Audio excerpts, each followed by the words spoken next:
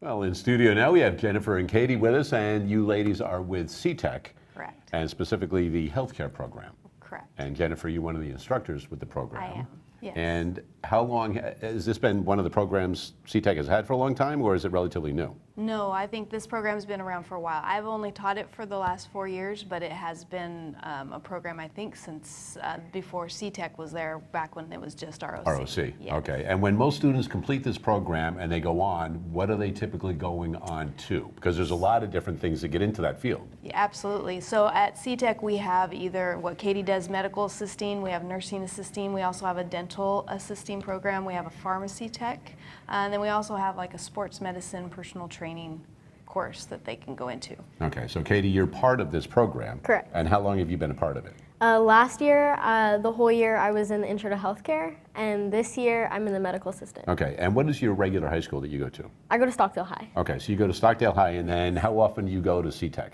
Every morning, I go to CTEC. I'm in the AM program from 7:30 to 10:30. And what got you interested in this program?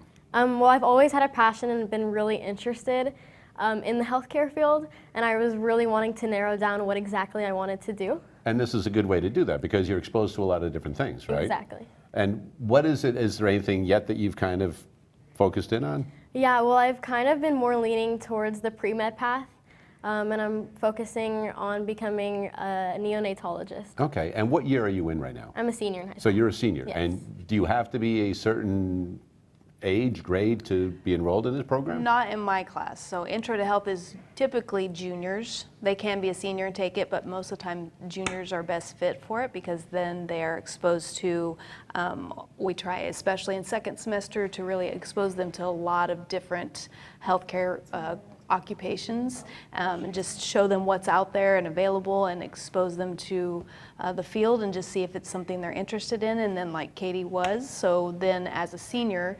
they do have to be a senior to be in the medical assisting or the nursing assisting, pharmacy and dental both. Okay. All of those, they have to be seniors. Well, I know we've got some footage of what goes on with you Yeah. guys, so let's take a look at that right now. And while we're looking at it, you can tell us what exactly is going on. So in this picture, I'm taking the blood pressure. We go to different classes and we do different vitals and check basically basic health first aid. In this photo, we are at a HOSA competition in Sacramento. This is our second year as a HOSA team. And yeah, we basically have learned a lot. We volunteer making baskets for students and children in the hospitals. That one was at Bakersfield Memorial Hospital, and we do that all through the HOSA program. So what do you find most rewarding since entering this program? For me, it's been kind of through Miss Freeman's class, has been helping other families and people that don't know exactly what the healthcare field is, and kind of just being a source of awareness that other people may not know about. Okay. I saw you brought some gadgets with you. Yes. I know they're not gadgets. This is a stethoscope and a pressure cuff, right? I mean, is it a pressure cuff or does it have a different name? What's its name, Katie? Do you remember?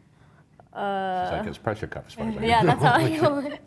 Its actual official name is a sphygmomanometer. Oh, good. I'm glad you said that instead of us. We didn't have to deal with that one. So anyway, so are you familiar and you're quite competent in using these and comfortable with it and stuff like that? Yes. All right. Yeah. So the stethoscope. Mm-hmm. So let's just get to work here. Okay, sure. Would you like me to take your blood pressure? Well, let's make sure my heart's going here first. All right. So, I'm going to listen to his heart rate. yeah, I can listen to your heart. So this goes in the ears. And this you can put it on the heart and listen. And you can hear the heartbeat. You're not saying anything. Is that good? You got a fast heartbeat. Oh, yeah, we're doing live TV. I'm kind of like a little worked up all the time when we do this thing. I try not to be, but anyway. So, all right, so let's go ahead. Yeah, I mean, you brought the, Yes. Blood pressure cuff. blood I call it the blood pressure. do you need the sleeve up or not? No, that's perfect, Okay. just like that.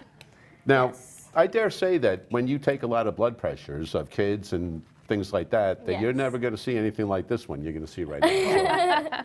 All right, so this just goes around the arm. Okay.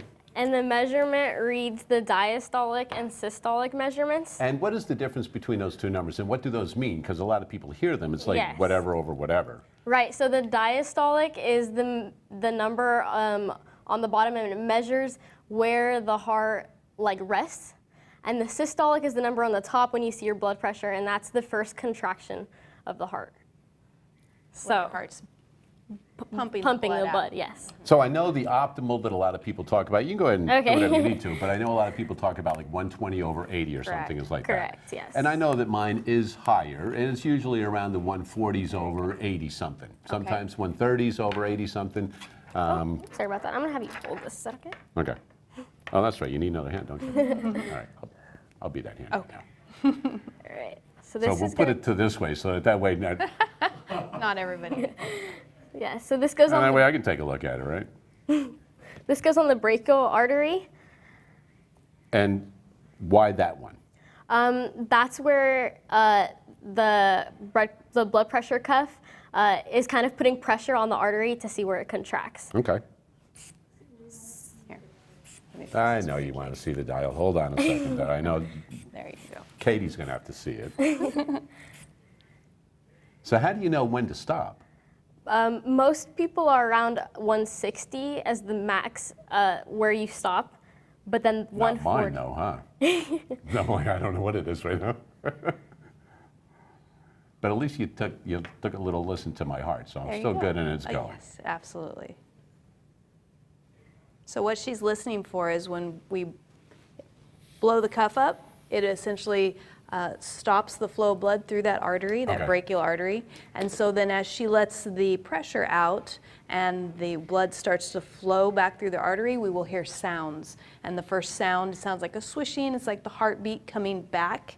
And so it's that sound of the blood kind of escaping into a constricted vessel. And we listen to that sound. And then when that sound goes away, that's our diastolic number. Okay, so we knew that the ideal was 120 over 80. Was I close? Yeah, you were pretty close. There you Yeah. go. And you know what? Hey, you know what? Going pretty close is pretty good for me right there.